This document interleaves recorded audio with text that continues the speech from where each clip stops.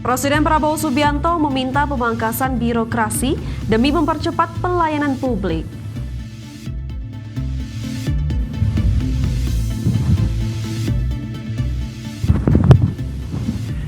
Menteri Keuangan Sri Mulyani memperkirakan alokasi anggaran program makan bergizi gratis di 2026 tembus lebih dari 300 triliun rupiah.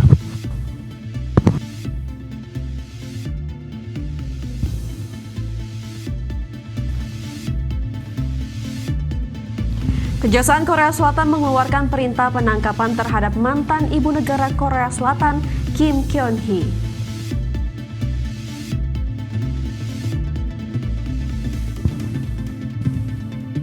Ya pemirsa, selain informasi utama tadi, sejumlah berita terupdate lainnya akan kami hadirkan. Dan Anda juga bisa menyaksikan kami live streaming di idxl.com. Saya Wiki Adrian. Dan saya Vina Munawar, inilah Prime Market Highlights.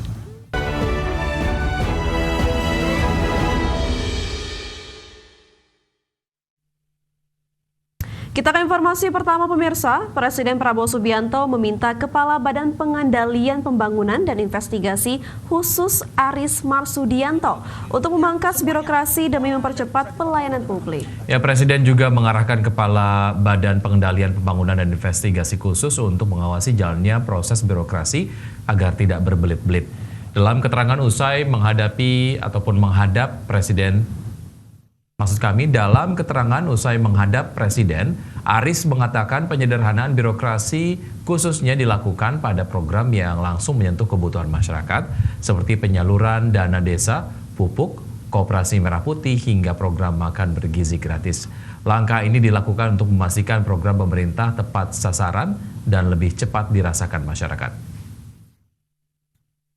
Ya, saya diberikan petunjuk pengarahan oleh Pak Presiden ya bagaimana untuk tetap ya mengawasi, mengontrol ya jalannya proses birokrasi ya, jangan terlalu berbelit-belit ya toh. Jadi yang bisa dipangkas ya itu supaya semua proses itu tepat dan cepat ya, apalagi yang berkaitan dengan kebutuhan masyarakat ya, misalnya dana desa ya, penyaluran pupuk ya, Koperasi Merah Putih ya, makan bergizi gratis dan lain-lain. Ya, Indonesia kini berada di jajaran pemain utama ekonomi dan keuangan syariah dunia. Gubernur Bank Indonesia Peri Warjio mengungkapkan saat ini Indonesia memimpin di industri fashion muslim dunia dan masuk 3 besar untuk industri keuangan syariah. Indonesia kini berada di jajaran pemain utama ekonomi dan keuangan syariah dunia. Capaian ini merupakan hasil kerja bersama antara Bank Indonesia, Majelis Ulama Indonesia, dan berbagai pihak lain yang terlibat dalam pengembangan industri halal nasional. Dalam Sarasehan Ekonomi Syariah Nasional 2025, Gubernur Bank Indonesia Peri Warjio mengungkapkan saat ini Indonesia memimpin di industri fashion muslim dunia dan masuk 3 besar untuk industri keuangan syariah. Selain industri fashion dan keuangan syariah, Indonesia juga kini tengah membidik untuk menjadi pusat industri makanan halal dunia.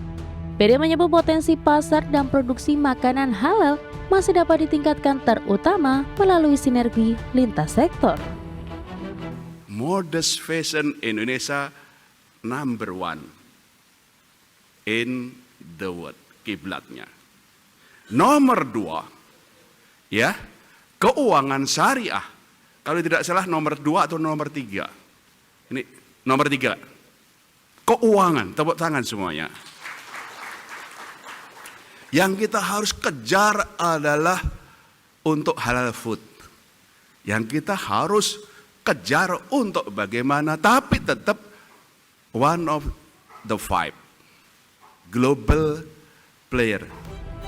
Bank Indonesia juga terus memperkuat kolaborasi dan memberdayakan komunitas akar rumput, terutama pondok pesantren sebagai kunci dari kemajuan ekonomi syariah Indonesia. Dari Jakarta, Tim Liputan IDX Channel. Pemerintah akan menjadikan sistem ekonomi dan keuangan syariah sebagai dasar sistem perekonomian Indonesia. Untuk mendukung kebijakan tersebut, pemerintah akan memasukkan nilai-nilai ekonomi dan keuangan syariah dalam RPJPN 2025-2045 maupun RPJMN 2025-2029. Pemerintah akan menjadikan sistem ekonomi dan keuangan syariah sebagai dasar sistem perekonomian Indonesia. Menurut Menteri PPN yang juga Kepala Bappenas Rahmat Pambudi, untuk mendukung kebijakan tersebut pemerintah akan memasukkan nilai-nilai ekonomi dan keuangan syariah dalam RPJPN 2025-2045 maupun RPJMN 2025-2029. Bappenas juga meminta Kementerian Keuangan untuk membentuk Direktorat Jenderal Keuangan Syariah. Pembentukan Ditjen Keuangan Syariah diakui sebagai bagian dari upaya menciptakan sistem ekonomi Indonesia berbasis syariah ke depannya. Jadi apapun namanya, yang penting ekonomi syariah ada di lahir dan batin kita, sehingga tahun 100 tahun Indonesia Merdeka, kita tidak hanya melahirkan Indonesia yang berkeadilan, tapi juga Indonesia yang memberikan berkah bagi ekonomi dunia. Terima kasih. Berdasarkan catatan Bappenas, aset keuangan syariah Indonesia juga disebut-sebut masih berada di posisi ke-7. Total aset keuangan syariah hingga saat ini baru sebesar 10.357,90 triliun rupiah, sedikit naik dari catatan pada 2024 yang sebesar 9.927,20 triliun rupiah. Terbesar ditopang oleh pasar modal syariah senilai 9.021,19 triliun rupiah, sedangkan perbankan syariah dan IKNP syariah nilainya masih kecil masing-masing 943 miliar rupiah dan 393,71 miliar rupiah. Dari Jakarta, Tim Liputan IDX Channel.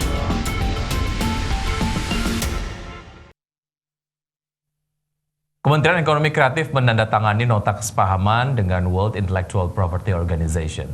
Ya, kerjasama ini turut membuka peluang kemudahan akses pendanaan bagi pelaku ekonomi kreatif khususnya di daerah.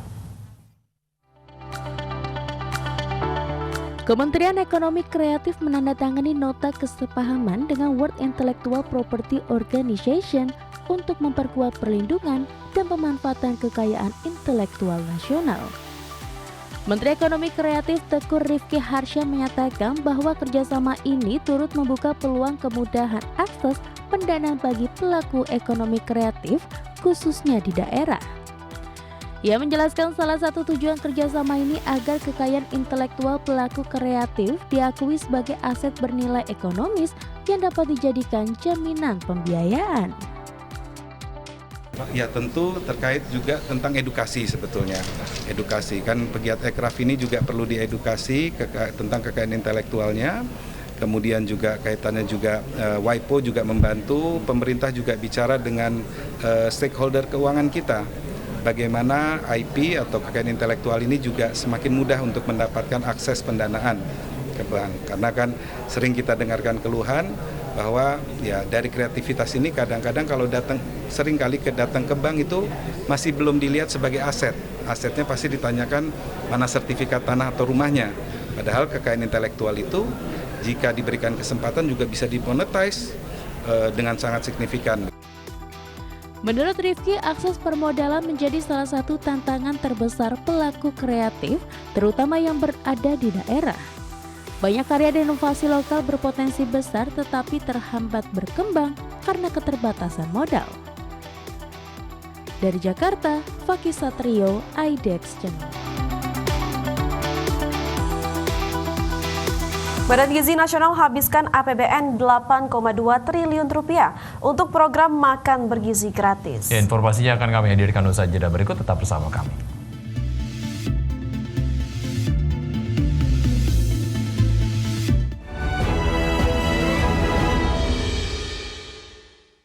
Terima kasih Anda masih bergabung sama kami. Misalnya Menteri Keuangan Sri Mulyani Indrawati memperkirakan alokasi anggaran program makan bergizi gratis atau MBG pada tahun 2026 mendatang bisa tembus lebih dari 300 triliun rupiah. Ya, dalam acara Sarasehan Nasional Ekonomi Syariah, Menteri Keuangan menegaskan anggaran untuk menjalankan program prioritas makan bergizi gratis bisa menembus 300 triliun rupiah di tahun depan. di mana Menkyu Sri Mulyani menilai besarnya anggaran ini membuka peluang bagi pelaku rantai pasok sektor pangan yang secara langsung bisa membangun ekonomi dari akar rumput yang terintegrasi pemberdayaan petani, peternakan, nelayan hingga pelaku UMKM di pedesaan. Di sisi lain, Sri Mulyani menjelaskan program makan bergizi gratis merupakan bagian dari strategi Presiden Prabowo Subianto dalam membangun ekonomi secara merata, baik di perkotaan, pedesaan, dan daerah 3T, tertinggal, terluar, dan terdepan, yang secara langsung melibatkan pemberdayaan masyarakat. Makan bergizi gratis tahun ini 71 triliun, kita cadangkan tambahan 100 triliun. Tahun depan kalau Pak Rahmat tahu sekali, kalau 82 juta akan mendapatkan itu lebih dari 300 triliun. Dananya ada, value chain-nya tadi kalau mau dibuat dilingkan dengan tadi gerbang santri, value chain halal, kami sudah membuatkan programnya. Kepala Badan Gizi Nasional Dadan Hindayana menyampaikan bahwa realisasi anggaran lembaganya hingga saat ini telah mencapai 8,2 triliun rupiah dari anggaran pendapatan dan belanja negara 2025. Dadan memproyeksikan realisasi anggaran BGN akan terus meningkat hingga akhir bulan ini, seiring percepatan program dan penyaluran pembiayaan. Anggaran tersebut digunakan untuk mendukung program strategis BGN, termasuk percepatan implementasi makan bergizi gratis atau MBG di seluruh wilayah Indonesia. Dadan menekankan program MBG tidak hanya berdampak pada peningkatan gizi masyarakat, tetapi juga memicu perputaran ekonomi daerah hingga triliunan rupiah di luar anggaran pendapatan dan belanja negara. Jadi MBG sendiri sampai sekarang baru menyerap 8,2 triliun yang difokuskan hanya untuk memberi intervensi gizi. Sementara satuan pelayanannya merupakan bangunan yang dibangun oleh para mitra. Jadi secara total memang uang yang beredar di masyarakat cukup besar. Jadi juga banyak sekarang ini restoran, kafe, kemudian catering, bahkan ada hotel yang berubah fungsi dari melayani customer umum, melayani satuan pelayanan pemenuhan gizi dan mengirimkan. Berikutnya, bisa program makan bergizi gratis berpeluang melibatkan 29 juta usaha mikro, kecil dan menengah dengan 85% anggaran untuk bahan baku. Hal ini membuka peluang besar bagi sektor pangan di pedesaan.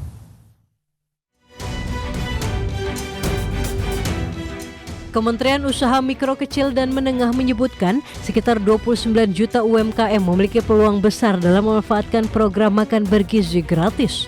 Hal ini mengingat 85% dari total anggaran program MBG dialokasikan untuk pengadaan bahan baku dapur seperti sayuran, hasil peternakan, perikanan hingga perkebunan.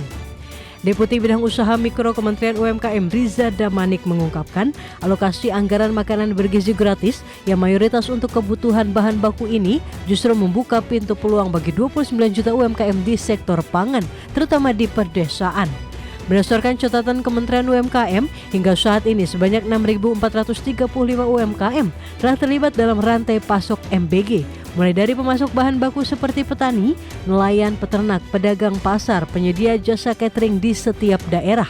Rantai pasok MBG ini memanfaatkan potensi ekonomi hingga bernilai ekonomis. Riza menegaskan, pemerintah terus berkomitmen untuk memberdayakan UMKM lokal dengan saluran distribusi melalui dapur MBG. Terlebih, Kementerian UMKM juga memastikan program makan bergizi gratis tidak hanya meningkatkan kualitas gizi, melainkan dapat menggerakkan roda perekonomian nasional di sektor pangan. Kementerian UMKM optimistis makan bergizi gratis merupakan ekosistem yang mampu memberikan manfaat ganda, yakni memastikan anak-anak mendapatkan asupan gizi yang cukup dan sehat, sekaligus menciptakan peluang ekonomi bagi jutaan pengusaha UMKM di Indonesia. Jakarta, Tim Liputan IDX Channel.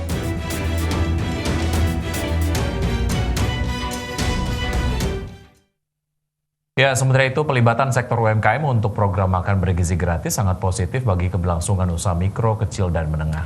Ya, di mana sektor UMKM di pedesaan harus bisa dijadikan motor penggerak berjalannya program MBG. Anggota Komisi 7 DPR RI Riko Sia meminta pelibatan sektor UMKM dalam program MBG harus terus ditingkatkan, di mana dengan adanya keterlibatan pelaku usaha UMKM ditingkatkan atau di tingkat kelurahan atau pedesaan secara masif akan dapat memberikan manfaat besar bagi keberlangsungan perekonomian masyarakat. Hal ini dinilai sangat sejalan dengan upaya pemerintah mewujudkan keberlanjutan sektor pangan, mulai dari perkebunan, peternakan hingga perikanan yang memang produktivitasnya banyak dilakukan di daerah. Menurut saya apa yang harus diperjuangkan oleh pemerintah terkait dengan sektor pertanian, perikanan maupun peternakan di sektor hulu adalah dengan memberikan harga dasar. Hal ini akan menjadi salah satu kunci pokok keberlanjutannya UMKM Indonesia. Tentunya yang perlu kita lakukan adalah menggairahkan kembali petani-petani di sektor misalnya kapas dan lain sebagainya dan melindungi. Ya, Sri Mulyani mengatakan bahwa memang sudah ada alokasi 300 triliun rupiah untuk makan bergizi gratis tahun 2026 begitu ya. Walaupun memang kita sering sekali mendengar ada beberapa informasi terkait dengan pelaksanaan makan bergizi gratis di lapangan begitu ya. Harusnya apa yang kemudian terjadi dijadikan evaluasi agar pelaksanaan MBG di tahun depan dapat berlangsung dengan baik dan masyarakat seperti kemudian tadi disampaikan ada UMKM dapat merasakan dampak lanjutan dari keberadaan dari program ini. Benar sekali, Bika, apalagi dengan anggaran 300 triliun itu kan tidak kecil ya. Harusnya output yang diberikan bisa terbaik dan juga maksimal, jangan sampai kita masih mendengar keracunan MBG dan lain sebagainya. Dan semoga saja kedepannya juga akan banyak melibatkan UMKM seperti yang disampaikan dan dapat mensejahterakan rakyat ya. Ya, baik. Dan pemirsa, KPK menduga adanya agen-agen travel yang terlibat dalam kasus korupsi kuota haji 2024. Dan informasi selengkapnya tetaplah bersama kami di Prime Market Highlights.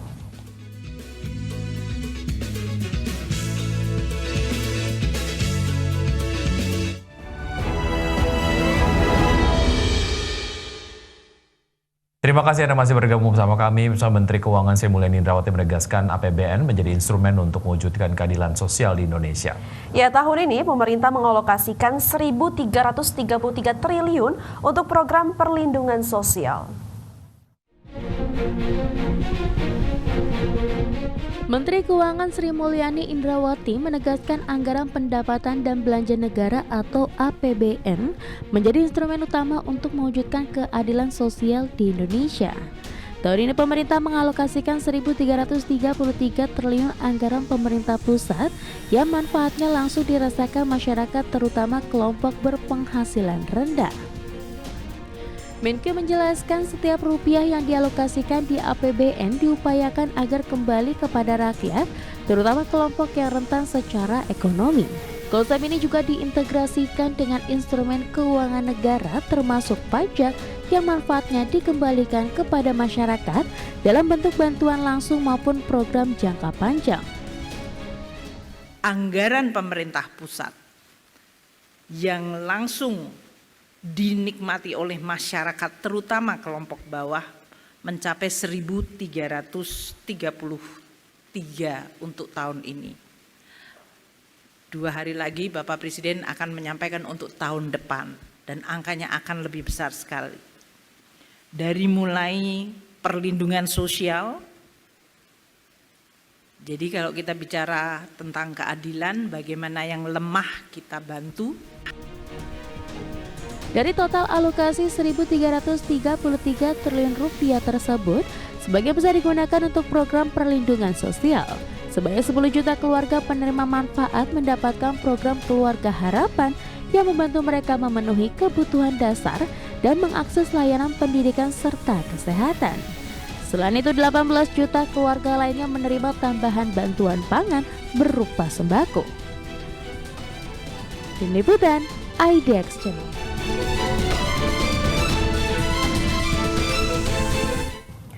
Pemirsa, Kementerian Keuangan melaporkan realisasi bantuan sosial untuk program Keluarga Harapan mencapai 11,94 triliun rupiah sampai dengan 2 Juni 2025. Adapun rincian besaran yang diterima seperti untuk ibu hamil sebesar Rp750.000, anak usia 0 sampai dengan 6 tahun Rp750.000 dan lansia Rp600.000 dan korban pelanggaran HAM berat sebesar Rp2,7 juta. Direktorat Jenderal Perbendaharaan Kementerian Keuangan melaporkan realisasi bantuan sosial untuk program Keluarga Harapan sebesar 11,94 triliun rupiah sampai dengan 2 Juni 2025 atau sekitar 41,6% dari pagu APBN tahun ini. Bansos program Keluarga Harapan tersebut telah disalurkan kepada 10 juta keluarga penerima manfaat. Adapun perincian besaran yang diterima masing-masing KPM yakni seperti bantuan untuk ibu hamil sebesar Rp750.000, anak usia 0 sampai 6 tahun Rp750.000, anak sekolah dasar Rp225.000, kemudian anak SMP Rp375.000, anak SMA Rp500.000. Lainnya adalah bantuan untuk disabilitas berat sebesar Rp600.000, lansia 60 tahun ke atas Rp600.000, dan korban pelanggaran HAM berat sebesar Rp2,7 juta. Seperti diketahui, bansos PKH ini diberikan pemerintah demi membantu masyarakat untuk memenuhi kebutuhannya, terutama di sektor pangan, kesehatan, dan pendidikan. Berbagai sumber, IDEX Channel.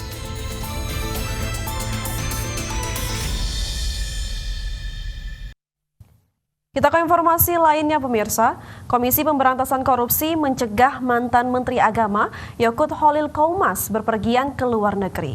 Yakut dicegah dalam kasus dugaan korupsi penetapan kuota haji 2024. Usai menaikkan status perkara dugaan korupsi penetapan kuota haji 2024 ke tahap penyidikan, KPK kini mencegah mantan Menteri Agama Yakut Khalil Qaumas untuk berpergian ke luar negeri.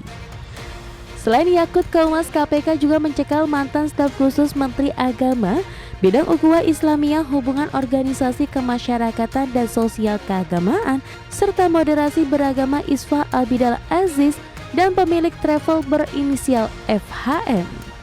Surat pencegahan ke luar negeri dikeluarkan KPK pada 11 Agustus dan berlaku untuk 6 bulan ke depan. KPK menyebut pencegahan bepergian ke luar negeri dilakukan karena keberadaan ketiganya di wilayah Indonesia sangat dibutuhkan dalam rangka proses penyidikan. Yang pertama, Saudara YJQ ya, Menteri Agama periode 2020-2024.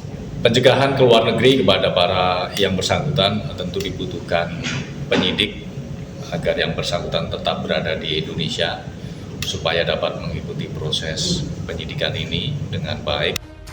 Sebelumnya KPK memeriksa mantan Menteri Agama era Presiden Joko Widodo Yakut Khalil Qaumas pada Kamis 7 Agustus lalu. Usai hampir 5 jam diperiksa, Yakut mengaku telah memberi klarifikasi terkait pembagian kuota tambahan pada ibadah haji tahun 2024 lalu. Dari Jakarta, tim liputan IDEX Channel.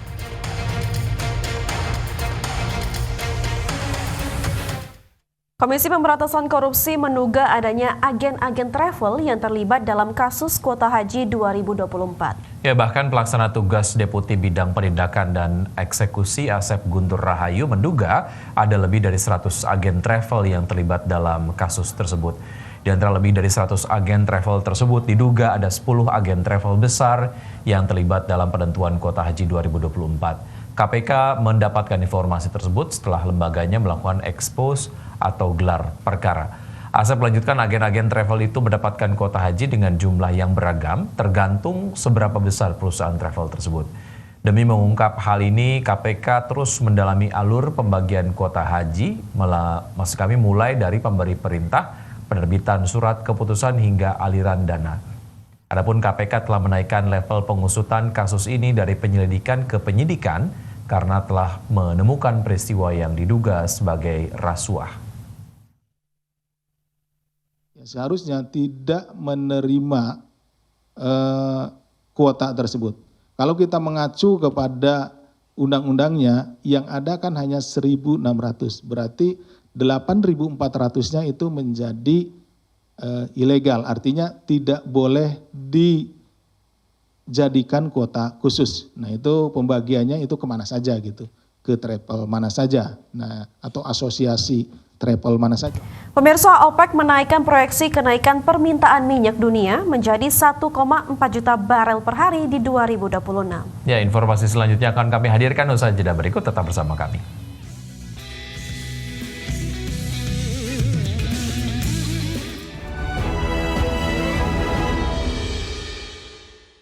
Terima kasih pemirsa, masih di Prime Market Highlight. Kita ke informasi mancanegara. Organisasi negara-negara pengekspor minyak atau OPEC menaikkan proyeksi kenaikan permintaan minyak dunia menjadi 1,4 juta barel per hari di 2026. Ya, OPEC juga memprediksi pertumbuhan ekonomi dunia sebesar 3,1% di tahun 2026.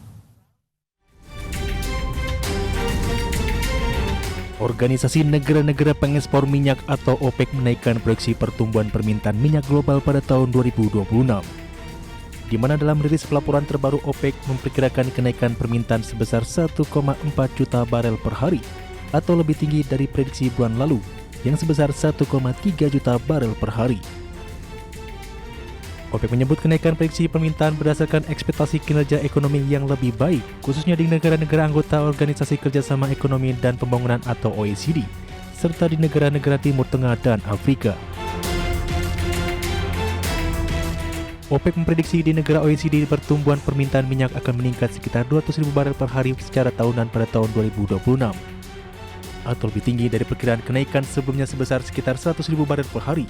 OPEC juga memprediksi pertumbuhan ekonomi dunia di tahun 2026 sebesar 3,1%. Sementara untuk tahun ini, pertumbuhan permintaan minyak global diperkirakan tidak berubah di angka 1,3 juta barel per hari secara tahunan.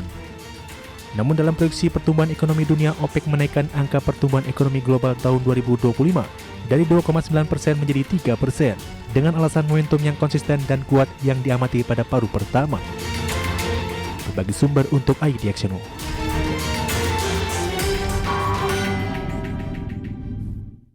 Pemerintah Amerika Serikat mencatat defisit anggaran sebesar 291 miliar dolar atau naik 19% secara tahunan. Kenaikan tersebut terjadi di tengah pemberlakuan tarif resiprokal oleh pemerintahan Presiden Donald Trump. Defisit anggaran Amerika Serikat pada Juli 2025 mencapai 291 miliar dolar Amerika. Angka tersebut naik 19,26% dibanding Juli 2024 yang sebesar 244 miliar dolar Amerika. Kenaikan defisit anggaran terjadi terutama dipicu oleh kenaikan belanja pemerintah Amerika Serikat. Kenaikan juga terjadi di tengah penerimaan biaya masuk yang meningkat akibat kebijakan tarif resiprokal. Penerimaan negara Amerika Serikat pada Juli 2025 naik 2% secara tahunan menjadi 338 miliar dolar Amerika. Sedangkan belanja pemerintah meningkat 10% menjadi 630 miliar dolar Amerika.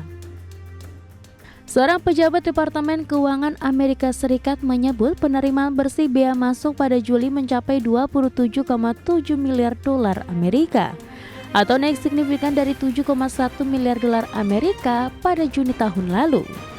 Kenaikan signifikan tersebut terjadi didorong kenaikan tarif yang diberlakukan Presiden Donald Trump. Dan secara keseluruhan defisit anggaran Amerika Serikat sepanjang tahun fiskal hingga Juli 2025 mencapai 1,62 triliun dolar Amerika. Angka ini naik 7% dari periode yang sama di tahun 2024. Berbagai sumber IDX Channel.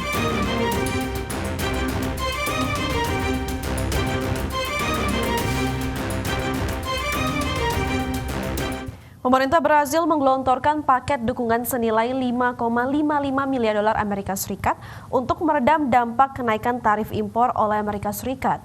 Langkah ini diharapkan mampu melindungi eksportir lokal dan menjaga daya saing perdagangan luar negeri. Presiden Luiz Inácio Lula da Silva mengumumkan penyediaan kredit sebesar 30 miliar real atau setara 5,55 miliar dolar Amerika bagi eksportir yang terdampak langsung kebijakan perdagangan Washington. Fasilitas ini menjadi tahap pertama dari rangkaian program dukungan pemerintah. Paket bantuan terdiri dari fasilitas kredit dan pembelian produk oleh pemerintah untuk menjaga permintaan domestik. Pengumuman resmi rencana ini dijadwalkan di Brasilia dengan pemaparan mekanisme penyaluran dana dan kriteria penerima manfaat. Dana diperkirakan berasal dari alokasi anggaran yang dikelola Bank Pembangunan Negara atau BINDES. Kebijakannya diprioritaskan oleh perusahaan lokal yang terkena langsung kenaikan tarif dari 10% dan 50% oleh Amerika Serikat. Meskipun beberapa komoditas strategis seperti jus, jeruk, dan pesawat terbang dikecualikan, langkah ini menunjukkan tekad Brasil untuk mempertahankan pangsa pasar ekspor di tengah memburuknya hubungan dagang dengan Amerika Serikat. Berbagai sumber IDX Channel.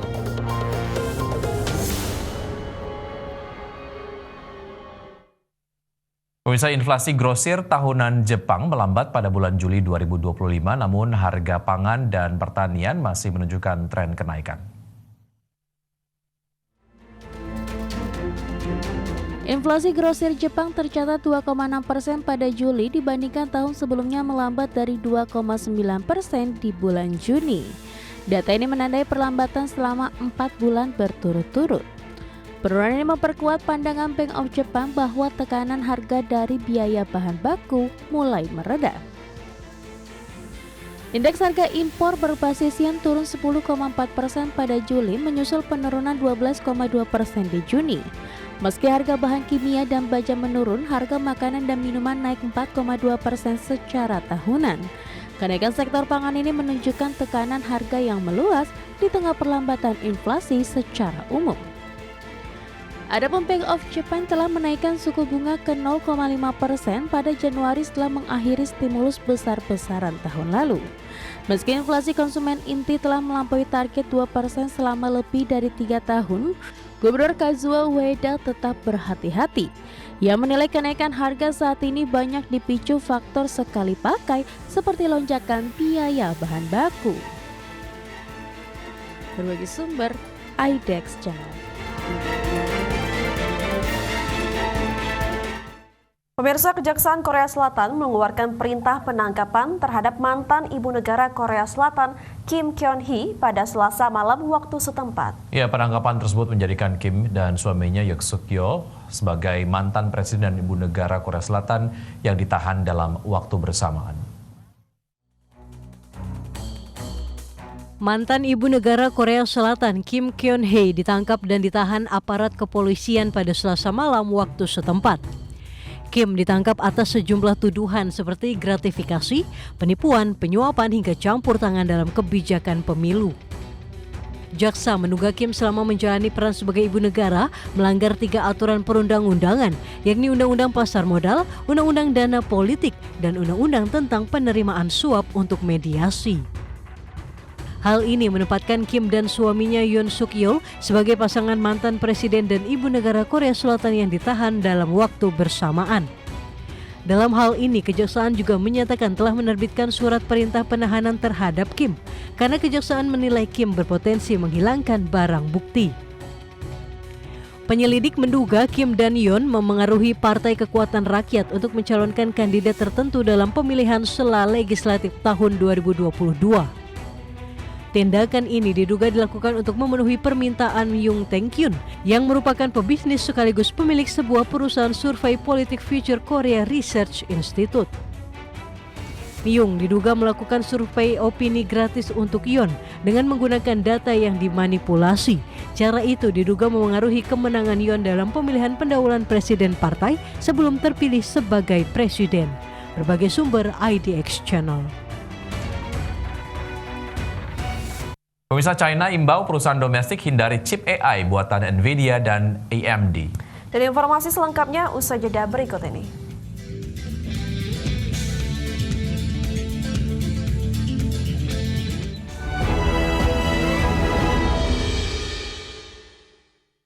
Terima kasih Anda masih bergabung sama kami. Pemirsa, China imbau perusahaan domestik hindari chip AI buatan Nvidia dan AMD. Ya, kebijakan ini terutama berlaku untuk proyek pemerintah.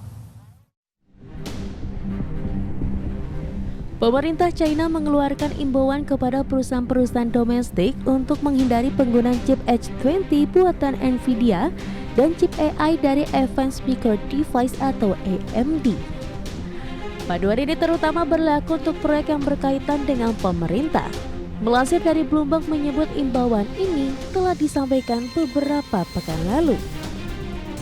Kebijakan ini menjadi hambatan baru bagi Nvidia dan AMD yang berupaya memulihkan penjualannya di China. Sebelumnya Washington telah melarang ekspor chip AI canggih ke Beijing sebagai bagian dari perang dagang. Meski baru-baru ini mendapat izin menjual chip kelas bawah dengan syarat menyetor 15% pendapatan ke Amerika Serikat, langkah China berpotensi membatasi pasar keduanya. Adapun regulator China juga sempat mempertanyakan keamanan chip Nvidia yang disebut rentan disadap, klaim yang dibantah perusahaan. Imbauan ini sejalan dengan strategi Beijing untuk memperkuat produksi chip lokal. China berambisi mengurangi ketergantungan pada teknologi Amerika Serikat di sektor semikonduktor. Berbagai sumber, IDX Channel.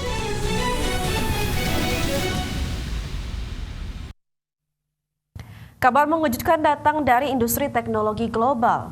Startup kecerdasan buatan Perplexity AI mengajukan tawaran untuk membeli peramban web populer Google Chrome dengan nilai fantastis mencapai 560 triliun rupiah. Langkah ini memicu spekulasi di tengah kasus monopoli yang menjerat Google. Perplexity AI menawarkan Google sebesar 34,5 miliar dolar Amerika atau setara 560 triliun rupiah untuk mengakuisisi Chrome. Tawaran tersebut disampaikan melalui letter of intent yang telah diterima pihak Google. Keputusan ini muncul di tengah tekanan hukum yang dialami raksasa teknologi itu dalam kasus monopoli peramban web. Saat ini Google dihadapkan pada potensi kewajiban untuk melepaskan Chrome sebagai bagian dari solusi antitrust atau hukum persaingan usaha. Tawaran Perplexity bahkan hampir 2 kali lipat dari nilai pasar startup tersebut yang kini dilaporkan mencapai 18 miliar dolar Amerika. CEO Perplexity Arvind Srivanas mengungkapkan proposal ini dirancang untuk menempatkan Chrome di bawah operator independen yang berfokus pada keterbukaan, kontinuitas, dan perlindungan konsumen. Langkah ini diklaim dapat menjadi solusi antitrust yang mengutamakan kepentingan publik. Putusan terkait nasib Chrome saat ini menunggu Hakim Pengadilan Distrik Amerika Serikat Amit Mehta. Google meminta pengadilan menolak divestasi Chrome yang diminta pemerintah Amerika Serikat. Keputusan final diperkirakan akan diumumkan pada akhir bulan Agustus. Berbagai sumber, IDX Channel. Pemirsa, langkah strategis dilakukan raksasa farmasi asal Jerman, Bayer, untuk memperkuat bisnis pengobatan kanker. Perusahaan ini resmi menandatangani kesepakatan senilai 21 triliun rupiah dengan Kumquat Biosciences, perusahaan bioteknologi asal Amerika Serikat yang fokus pada terapi kanker.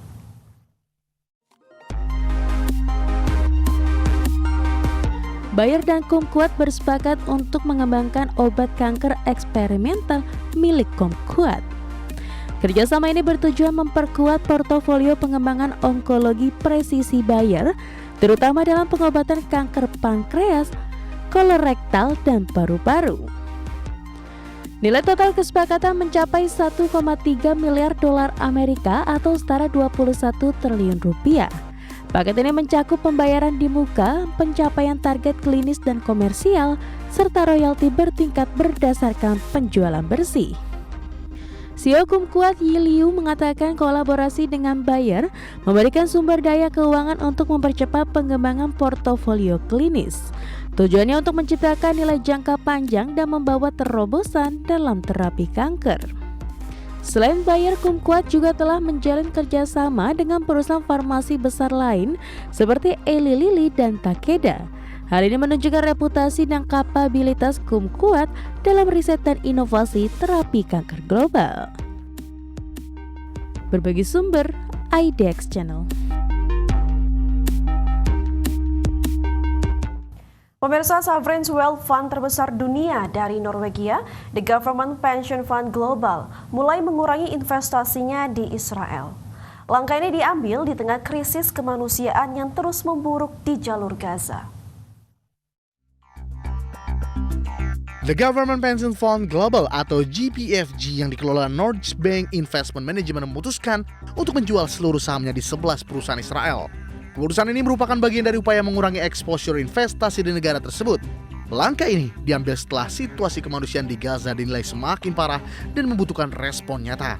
CEO Nikolai Tengen mengatakan keputusan ini diambil sebagai respon terhadap keadaan luar biasa yang terjadi di Gaza.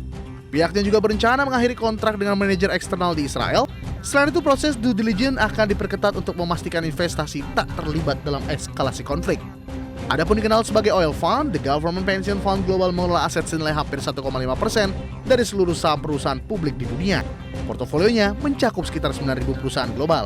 Dana tersebut berasal dari keuntungan sektor minyak dan gas Norwegia yang diinvestasikan untuk generasi mendatang. Berbagai sumber IDX Channel. Pemirsa, Starhub resmi mengakuisisi seluruh bisnis broadband MyRepublic dengan nilai lebih dari 105 juta dolar Singapura.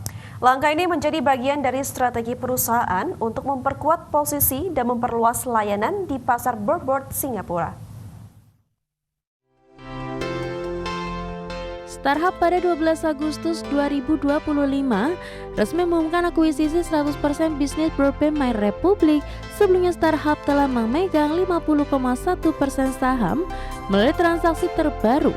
Starhub membeli sisa 49,9% saham termasuk merek MyRepublic di Singapura dan aset operasional penting lainnya.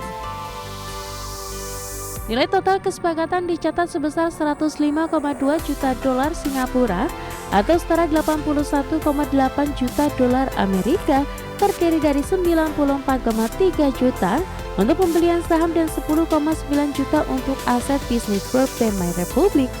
Langkah ini disebut akan memperkuat strategi multi-merek dan multi-segmen serta memberikan nilai tambah melalui diferensiasi layanan dan paket produk lintas segmen. CEO Starhub Nihil Eapen menegaskan bahwa akuisisi ini merupakan percepatan bisnis. Dengan kepemilikan penuh, Starhub mampu bergerak lebih cepat dan melayani pelanggan dengan lebih jelas serta penuh perhatian. Eapen menilai pasar broadband Singapura sedang memasuki fase konsolidasi di mana skala dan kualitas layanan menjadi kunci untuk bertahan di tengah persaingan. MyRepublic menegaskan operasional lainnya tetap berjalan normal pasca akuisisi. Bisnis seluler di Singapura dan Selandia Baru serta unit platform digital MyRepublic Digital tetap beroperasi seperti biasa. Starhub juga menyatakan tidak ada rencana restrukturisasi tim atau perubahan layanan dalam waktu dekat. Fokus perusahaan adalah menjaga kualitas, keandalan, dan pengalaman tanpa hambatan bagi pelanggan. Berbagai sumber IDX Channel.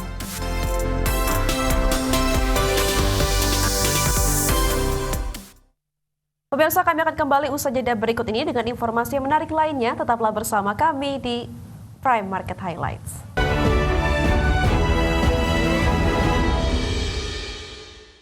Masih bersama kami di Prime Market Highlight, pemirsa. Lembaga riset Rowmotion mencatat penjualan kendaraan listrik di seluruh dunia mencapai 1,6 juta unit di Juli 2025 atau naik 21% dibandingkan periode Juli 2024. Ya, laporan riset Rowmotion yang dirilis pada pekan ini menyebut bahwa secara kumulatif penjualan kendaraan listrik di dunia mencapai 10,7 juta unit pada periode Januari hingga Juli 2025. Angka ini meningkat 27% dibandingkan dengan periode yang sama di tahun lalu. China tercatat menjadi pemimpin pasar kendaraan listrik dunia dengan penjualan kendaraan listrik sebanyak 6,5 juta unit. Realisasi ini naik 29% secara tahunan dibandingkan dengan periode yang sama tahun lalu. Sebaliknya, pasar kendaraan listrik di Amerika Utara mengalami hambatan sepanjang 2025, di mana kawasan tersebut hanya mencatat pertumbuhan 2% pada periode Januari hingga Juli 2025.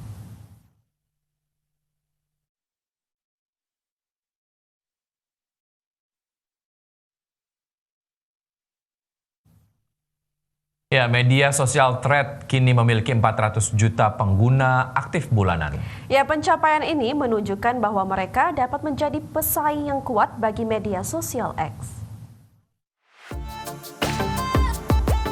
Platform media sosial Thread kini memiliki 400 juta pengguna aktif bulanan. Demikian disampaikan Kepala Instagram Adam Mosseri sebagai platform media sosial yang terintegrasi dengan Thread. Dalam sebuah unggahan di Thread, Mosseri mengapresiasi pencapaian jumlah pengguna ini yang telah dicapai beberapa pekan lalu. Pencapaian ini menunjukkan pertumbuhan pesat pada platform Thread, di mana aplikasi media sosial unit usaha Meta ini pun berhasil menambah 50 juta pengguna aktif bulanan hanya dalam 1 kuartal atau 3 bulan saja. Sebelumnya, CEO Meta Mark Zuckerberg sempat mengumumkan pencapaian 350 juta pengguna aktif bulanan pada April lalu.